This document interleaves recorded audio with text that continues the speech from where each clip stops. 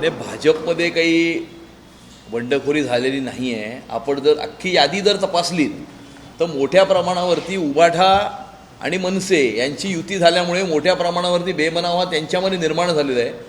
आणि ज्या ठिकाणी उबाठांचा उमेदवार आहे त्या ठिकाणी मनसेच्या कार्यकर्त्यांनी बंडखोरी केली आहे. ज्या ठिकाणी मनसेचा उमेदवार आहे तिकडे उबाटाच्या कार्यकर्त्यांनी बंडखोरी केली आहे. अनेक ठिकाणी उबाटाच्या कार्यकर्त्यांना संधी न मिळाल्यामुळे उबाटाच्याच उमेदवाराच्या विरुद्ध उबाटाच्याच कार्यकर्त्यांनी बंडखोरी ही केलेली आहे. आणि त्यामुळे मोठ्या प्रमाणावरती बंडखोरी ही उबाटा आणि मनसेमध्ये झालेली आहे. मोठ्या प्रमाणावरती उबाटाच्या कार्यकर्त्यांमध्ये हिंदुत्वाला तिलांजली दिल्यामुळे आणि आता गेल्या 8 दिवसामध्ये 2 मामूंना प्रवेश हा दिल्यामुळे मोठ्या प्रमाणावरती असंतोष हा उबाटाच्या कार्यकर्त्यांमध्ये दिसून येतो.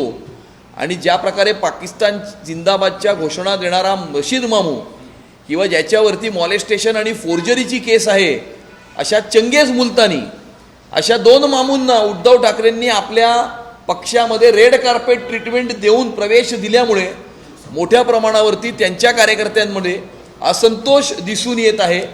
आणि आपल्या पक्षाचा रंग हा आधी भगवा होता तो हिरवा कसा झाला आणि भगव्याहून हिरव्याकडचा जो प्रवास आहे उद्धव ठाकरेंचा त्याच्यामुळे मोठ्या प्रमाणावरती त्यांच्या पक्षामध्ये असंतोष दिसून येत आहे आणि बंडखोरी दिसून येत आहे. कोरेगावमध्ये विधानसभेचे महामंत्री संदीप जाधव यांनी राजीनामा दिला. उलाव्यामध्ये बुलढाण्यामध्ये तेच झालं. अनेक ठिकाणी भाजपच्या पदाधिकाऱ्यांनी राजीनामे दिले आणि अपक्ष फॉर्म. ज्या ठिकाणी काही 2-4 कार्यकर्त्यांनी राजीनामे दिले तुम्हाला दिसेल की उद्या संध्याकाळी 5 वाजताच्या नंतर ते पुन्हा एकदा भारतीय जनता पक्षामध्ये असतील. कारण भारतीय जनता पक्षाचा कार्यकर्ता कुठलंही सत्तेचं स्थान किंवा अधिकाराचं पद प्राप्त करण्याकरता काम करत नाही. तो समाजामध्ये उभ्या असलेल्या शेवटच्या माणसाची सेवा करण्याकरता काम करतो, विचाराकरता काम करतो, हिंदुत्वाकरता काम करतो, देशाकरता काम करतो, समाजाकरता काम करतो. आणि त्यामुळे कुठलंही पद मिळो न मिळो राजकारणात काम करत असताना अनेकांना आशा असतात, अपेक्षा असतात, स्वप्न असतात, पर्सनल ॲस्पिरेशन्स असतात. परंतु थोड्या वेळाकरता काही लोक नाराज होत असतील. परंतु मोठा विचार करून की या मुंबईच्या महानगरपालिकेवरती महायुतीचा भगवा झेंडा फडकला पाहिजे, मुंबई महानगरपालिकेला भ्रष्टाचार विरहित प्रशासन मिळालं पाहिजे, मुंबई शहराचा विकास देवाभाऊंच्या नेतृत्वामध्ये होत असताना मुंबई शहराची सुरक्षिततासुद्धा अबाधित राहिली पाहिजे. या सगळ्या गोष्टीचा सारासार विचार हा भारतीय जनता पक्षाचा कार्यकर्ता करत असतो. आणि त्यामुळे 2-4 कार्यकर्ते नाराज जरूर असतील. पण तुम्हाला हे दिसेल की उद्या सायंकाळी 5 वाजताच्या नंतर जे कार्यकर्ते आज तुम्हाला नाराज दिसत आहेत ते त्या ठिकाणी त्या वॉर्डामध्ये महायुतीच्या उमेदवाराचा प्रचार करताना तुम्हाला उद्या दिसतील. गणेश शिंदे आपले शिवनेतले कार्यकर्ते त्यांच्या पत्नी वर्षा शिंदेला तुम्ही उमेदवारी दिलेली आहे. दुसरीकडे कालिदास कोळंबकर आमदार आहेत त्यांच्या पीएला उमेदवारी दिलेली आहे. वीर पुणेच्या यांच्या पीएच्या पत्नीला उमेदवारी दिलेली आहे. तुमच्या मेवण्यावरून देखील तुमच्यावरती आरोप केला जातो की तुम्ही तुमच्या मेवण्याला देखील राठोड नावाचे आहेत त्यांना उमेदवारी दिलेली आहे. त्या आरोपात कितपत तथ्य वाटतं? असं आहे की भारतीय जनता पक्षामध्ये उमेदवारी देण्याची एक प्रक्रिया असते. आम्ही त्या ठिकाणी पहिलं पर्यवेक्षक पाठवले होते. सर्व इच्छुकांच्या नावाची नोंद केली होती. त्या इच्छुकांच्या नावाच्या नोंदीवरती जिल्ह्याच्या कोर कमिटीमध्ये या ठिकाणी चर्चा झाली होती. जिल्ह्याच्या कोर कमिटीमध्ये चर्चा झाल्यानंतर मुंबईच्या निवडणूक समितीमध्ये सर्व आलेल्या नावांवरती चर्चा झाली. त्यानंतर प्रदेश नेतृत्वाच्या स्तरावरती या सर्व शॉर्टलिस्टेड नावावर चर्चा होऊन पक्षांनी जे सर्वेस केले होते खाली जमिनीवरती काय वातावरण आहे, जमिनीवरती लोकांची पसंती कोणाला आहे, मुंबईकरांची पसंती कोणाला आहे याचा सारासार संपूर्णपणे विचार करून सर्वेच्या आधारावरती संघटनेच्या मताच्या आधारावरती ही प्रत्येक वॉर्डामध्ये उमेदवारी जिंकण्याच्या निकषावरती ही देण्यात आलेली आहे. आणि त्यामुळे या सर्व पॅरामीटर्सला म्हणजे स्टेप 1, स्टेप 2, स्टेप 3, स्टेप 4 अशा सर्व स्टेप्स पार करून या ठिकाणी सर्वेच्या आधारावर संघटनेच्या मताच्या आधारावरती जिंकण्याच्या निकषाच्या आधारावरती अशा अनेक पॅरामीटर्सवरती विचार करून या उमेदवाऱ्या देण्यात आलेल्या आहेत. आणि त्यामुळे एक ट्रान्सपरंट, पारदर्शक आणि एक फारच सायंटिफिक वैज्ञानिक पद्धतीने ही संपूर्ण प्रक्रिया ही आम्ही पार पाडलेली आहे आणि चांगले उमेदवार या ठिकाणी आपल्याला दिलेले आहेत. तुम्ही असं म्हणालात की BMC is not a family business. ठाकरेंनी कुटुंबशाहीच्या माध्यमातून ही सगळी महापालिका चालवली. पण नार्वेकरांच्या कुटुंबात 3 उमेदवार उमेदवार, आजीबाजी खासदारांच्या आमदारांच्या घरात सुद्धा उमेदवार, मग याचं उत्तर काय?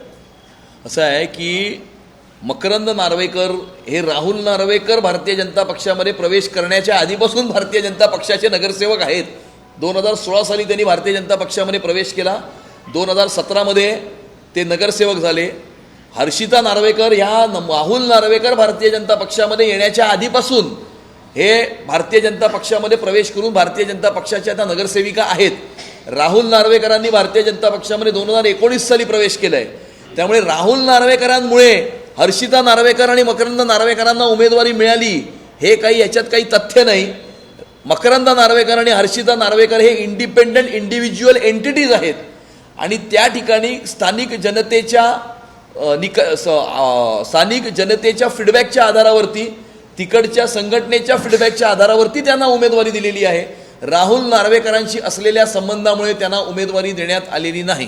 मुंबई महानगरपालिका जिंकण्यासाठी मुंबईतल्या आमदारांना 99% निधीचं वाटप केलं गेलं असं आता माहिती समोर येते. त्यावर अखिल ठाकरे गटाने टीका केली आहे.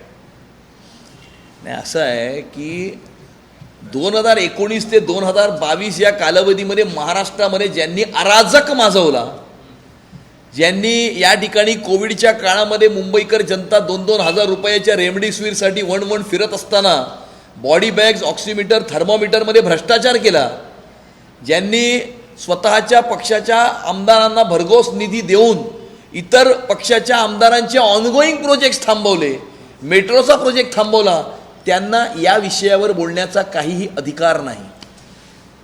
एकीकडे तुम्ही बोलताय की मुंबईचा महापौर हा मराठी होणार आहे. तुमच्याच पक्षातील एक खरं तर नेता बोलतोय की उत्तर भारतीय कृपा शक्ती बोलते की उत्तर भारतीय माणूस आहे तो महापौर. बघा, मुंबई शहरामध्ये मराठी माणूस राहतो. मुंबई शहरामध्ये देशाच्या इतर प्रांतातून आलेले इतर भाषिक लोकही या ठिकाणी राहतात. कुठल्याही समाजाला, व्यक्तीला असं वाटणं ह्याच्यामध्ये काही अयोग्य नाही.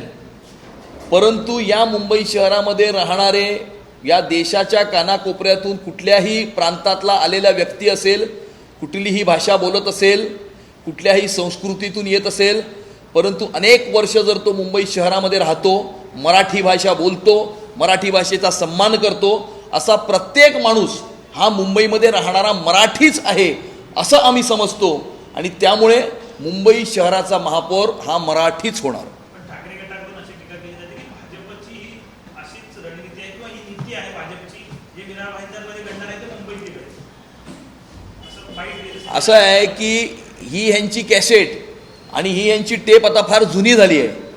गेल्या 25 वर्षामध्ये या मुंबईच्या महानगरपालिकेवर राज्य करत असताना काय काम केलं यातलं एक काम दाखवावं. माझी चॅलेंज आहे त्यांना. आता इतके 1.5 महिना मी त्यांना सांगतोय की 25 वर्षात केलेलं एक काम दाखवावं. आम्ही 11 वर्षात केलेली 10 कामं दाखवतो. एक काम तर अजूनपर्यंत त्यांनी दाखवलं नाही. आता मी त्यांना सांगतो की पुढच्या 5 वर्षात काय करणार ते तरी दाखवा. तेही दाखवत नाहीत, तेही सांगत नाहीत. फक्त भावनेच्या आधारावर, भाषेच्या आधारावर, प्रांतवादाच्या आधारावरती या मुंबई शहराला विभाजित करण्याचा त्यांचा उद्देश आहे. आणि रशीद मामू, चंगेज मुलतानी आणि अशा प्रकारचे खान घेऊन या मुंबई शहरामध्ये मामूंची टोळी स्थापन करून या मुंबई शहराचा रंग बदलण्याचा प्रयत्न उद्धव ठाकरे करत आहेत. परंतु येणाऱ्या काळामध्ये मुंबईकर हा उद्धव ठाकरेंच्या मुंबई शहराला रंग बदलण्याचे सर्व प्रयत्न हाणून पाडेल. सर, उद्धव ठाकरेंच्या पुण्यातील शाखा प्रमुखाने थेट पत्र लिहिले उद्धव ठाकरेंना की तुम्ही आपली शिवसेना आहे ती काँग्रेसला विकली. जागा वाटपामध्ये पडेल जागा आपल्या पदरात पडलेल्या आहेत. मुंबईमध्ये मात्र तीच काँग्रेस तुमच्या विरोधात असतानाही तुम्ही पुण्यामध्ये काँग्रेससोबत का झुकलात? उद्धव ठाकरेंनी त्यांची संघटना काँग्रेसला तर विकलीच, परंतु उद्धव ठाकरेंनी त्यांची संघटना ही जिहाद्यांना विकली, या देशाचा रंग बदलणाऱ्यांना विकली, आतंकवादी, देशविरोधी, समाजविरोधी शक्तींना विकली. आणि त्याच्याचमुळे त्यांच्या प्रचार फेऱ्यामध्ये पाकिस्तानचे झेंडे फडकतात. त्यांच्या उमेदवाराचा प्रचार हा बॉम्बस्फोटाचा आरोपी करतो. ते त्यांच्या पक्षामध्ये पाकिस्तान जिंदाबादच्या घोषणा देणाऱ्या रशीद मामूला प्रवेश देतात आणि मॉलेस्टेशन आणि फोर्जरीचे आरोप असलेल्या मुलतानीला सुद्धा त्यांच्या पक्षामध्ये ते प्रवेश देतात. आणि त्यामुळे देशविरोधी, समाजविरोधी, आतंकवादी शक्तींना यांच्या समोर यांनी यांच्या संघटनेचं लोटांगण घातलेलं चित्र आपल्यासमोर दिसतंय.